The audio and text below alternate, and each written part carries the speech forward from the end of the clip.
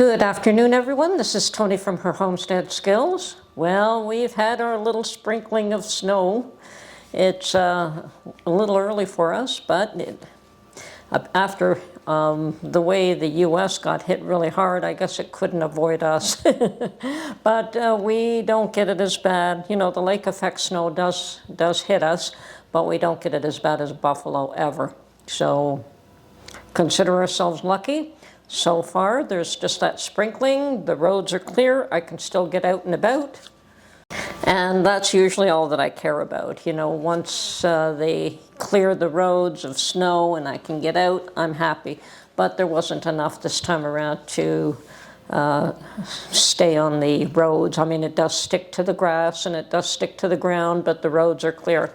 So far so good, but it's way early in the season. You know, and if you have to travel up north, which is what we're going to have to do for Christmas, it's going to get a lot trickier. And yeah, this year my daughter will be hosting Christmas again, and they have a brand new home, and it's out in the country, and everyone that will be attending will have a bit of a drive on their hands, coming from all different directions, of course, and anywhere from an hour to an hour and a half if the weather's good, and perhaps quite a bit longer if the weather gets tricky. So we'll see what happens then. But of course, we won't miss Christmas with the family. And hopefully everyone can keep their political issues aside and just have a good time. I hope that everyone had a good Thanksgiving, and you know, your American Thanksgiving is so much closer to Christmas. Ours is long gone a while back, and this year we missed it just because there were other issues that we could not do a family gathering. Now in Canada, in Ontario specifically, Thanksgiving is not the big event. Christmas is. Whereas I believe in the U.S., Thanksgiving is the big event where everyone travels. I don't suggest that you don't do that for Christmas as well. I'm sure that people do get together for Christmas, but I think your holiday season starts with Thanksgiving and probably extends right through to Christmas and New Year's. Whereas ours, there's just that little Thanksgiving, and then Christmas and New Year's is the big celebration.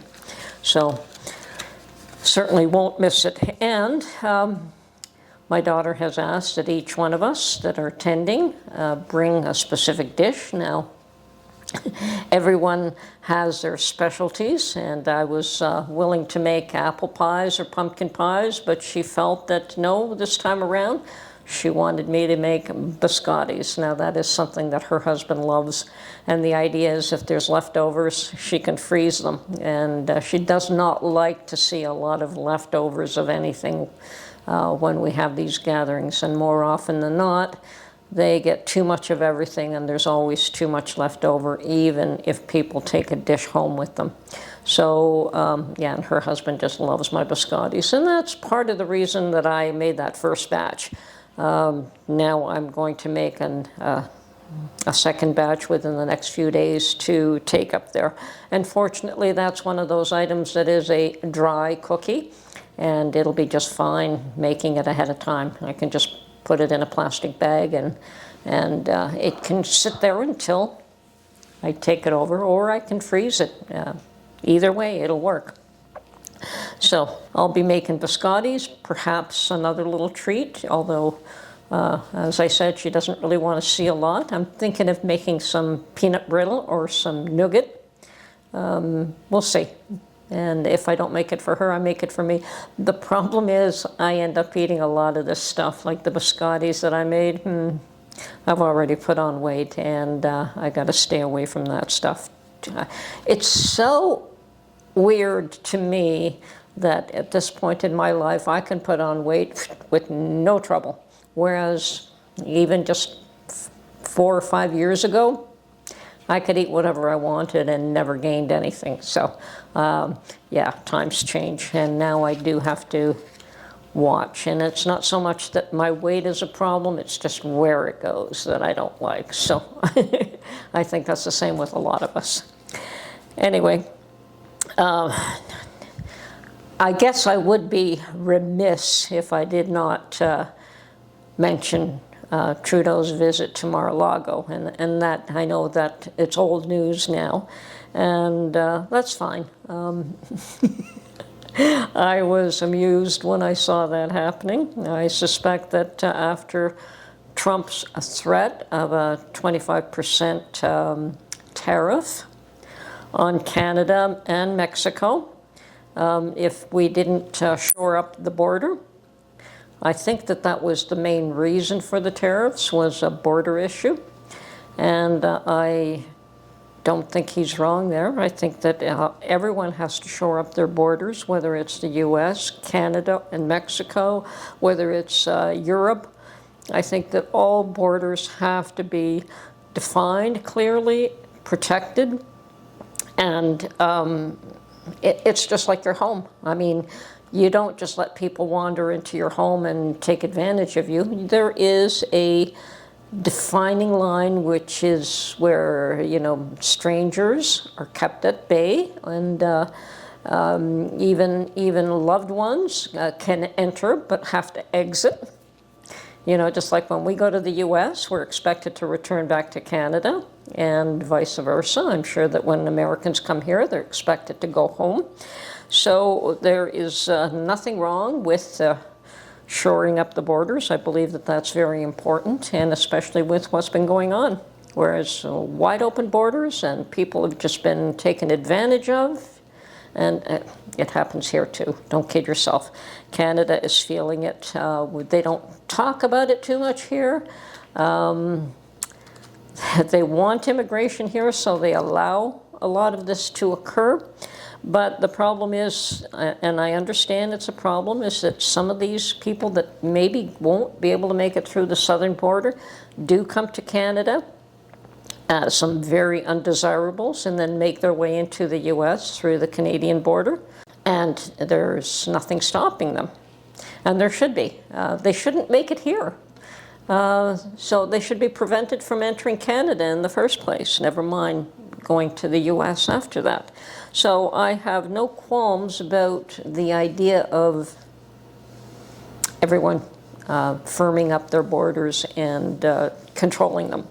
Now, the issue with a 25% tariff on goods is an interesting concept, but I think that that is more of a, on a personal level, I think it's more of a threat, although Trudeau is taking it seriously, and so is our Premier of Ontario, Mr. Doug Ford. I have heard that he was, or I watched actually, that he was on the news, on Fox News. They were discussing Doug Ford's feelings about the tariffs, and that is specific to Ontario because that is his realm of responsibility, I guess. And Ontario does do a lot of trade with the US, and I guess that concerned him very much. And I think a lot of it is in the auto industry, whereas some of the other provinces like Alberta, it's more in energy.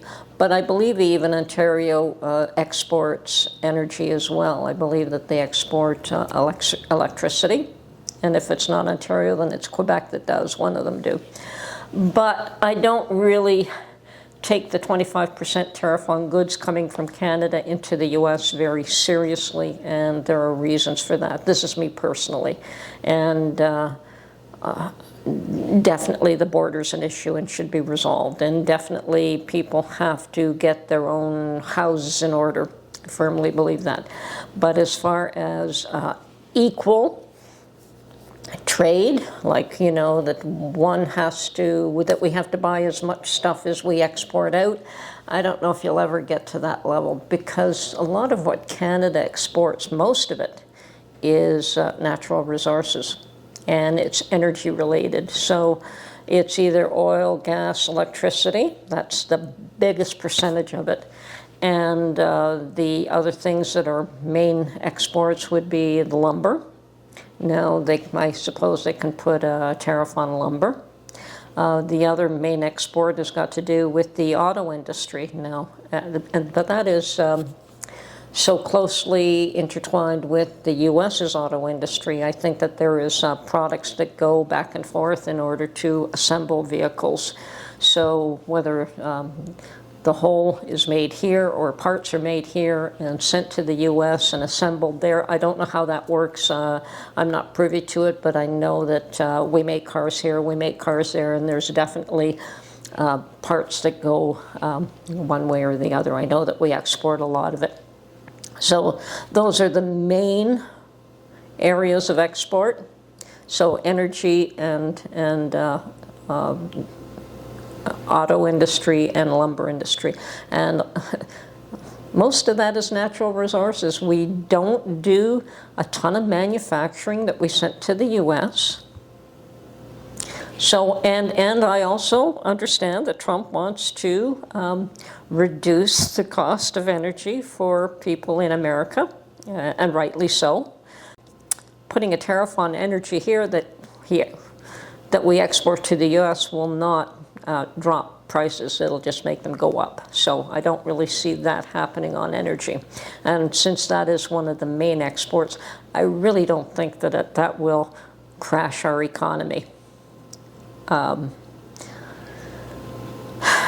Not to say that you don't take these threats seriously and you cooperate. You always have to learn to cooperate with somebody that can make your life difficult, let's put it that way. So I don't know that Canada can buy more from the U.S. than what they do, and maybe they can. You know, maybe there's more trade that has to go the other way as well. But I find, you know, personally, I've tried to buy things from the U.S. and it's so costly to ship it from the U.S. to Canada that it isn't worth my while. Books are astronomical. I used to buy books on eBay, beautiful, old, well, let's put it this way, used leather-bound classics I used to buy, and I used to, because they were used, I'd look for a really good price, and then it got to the point where the shipping cost was more than the book itself. And I don't know what happened there, but there was just that switch, and okay, that's the end of my book purchasing from the U.S. So now I have purchased a lot of my books from the thrift store. Now, they aren't the beautiful leather-bound classics, but they're books. So I have some treasures that I did manage to pick up shipped from the U.S., and I do buy the odd thing from the U.S., but I find that the shipping is just astronomical. It's ridiculous. Now, on the assumption that if Canada cannot survive without, when they impose a 25% tariff on us, that we should become the 51st state. I find that rather humorous. I think that somebody is being trolled, and I think that they know it. But, you know, there's a province out west called Alberta. I don't know if a lot of you are not familiar with Canadian, with Canadian provinces. They're not states, they're called provinces. We have 10 major provinces, and Alberta is the big oil producer. And they have been hankering to become part of the U.S. for a long time. So that could have scared Trudeau because, maybe 10, 15, 20 years ago, I can't remember, but it did happen that Quebec wanted to separate from Canada. I think it was during his father's tenure, and I think it was a lot long ago. The years. Anyway, Quebec did want to separate, and that was a big fight, and finally that's all quieted down, and Quebec has decided to stay part of Canada. I don't know if there were like too many concessions made or what the issue was. I don't recall, but I know that there was a big referendum at one point to try and get a separation to occur, but that would have split the country in two. It would have been difficult. And trying to separate all kinds of things that are so fully integrated country-wise is pretty difficult. I'm sure that Alberta would join the U.S. with a drop of a hat. And of course, there are a few of us that in Ontario that would find that that wouldn't be a bad thing either. But I think most of the country feels that no, they're special and they're Canadians and we have our own way of doing things and we don't really want to be integrated with the U.S. Well, that's the way some of them feel. But it is definitely more of a socialist country than what the U.S. is, and we have different laws and we have a different healthcare system and we have different taxation system, you know, everything's different. So it would be quite the change, absolutely quite the change. And Canada's a very rich country, but in natural resources, so it's just very poorly managed, always has been. But the day will come. And anyway, yes, I think Trump was definitely trolling Trudeau with the picture of him standing on the mountain looking out with the big Canadian flag beside him. I don't know if anyone takes that seriously. I thought it was pretty humorous myself. But anyway, so much for that. And so I decided that, yes, I should mention it. And, you know, I'm sure that a lot of people don't have the same opinion that I do. I don't fear Trump quite the way others do, whether it's other countries or other individuals. I think he's a very strong leader and probably the right one for the times. And hopefully we'll have one just as strong here in Canada before much longer. We'll see what happens. And yeah, come January, there will be big changes. I wish Trump all the luck in his endeavors to bring in the people that he wants to help him make the changes that need to be made. And yeah, I think Biden's pretty humorous these days too. Interesting what he's up to. But anyway, I'm not going to comment on that any further. I think that is, it is what it is. Anyway, this is Tony from her Homestead Skills. Have a great day, and we'll talk to you soon. Bye for now.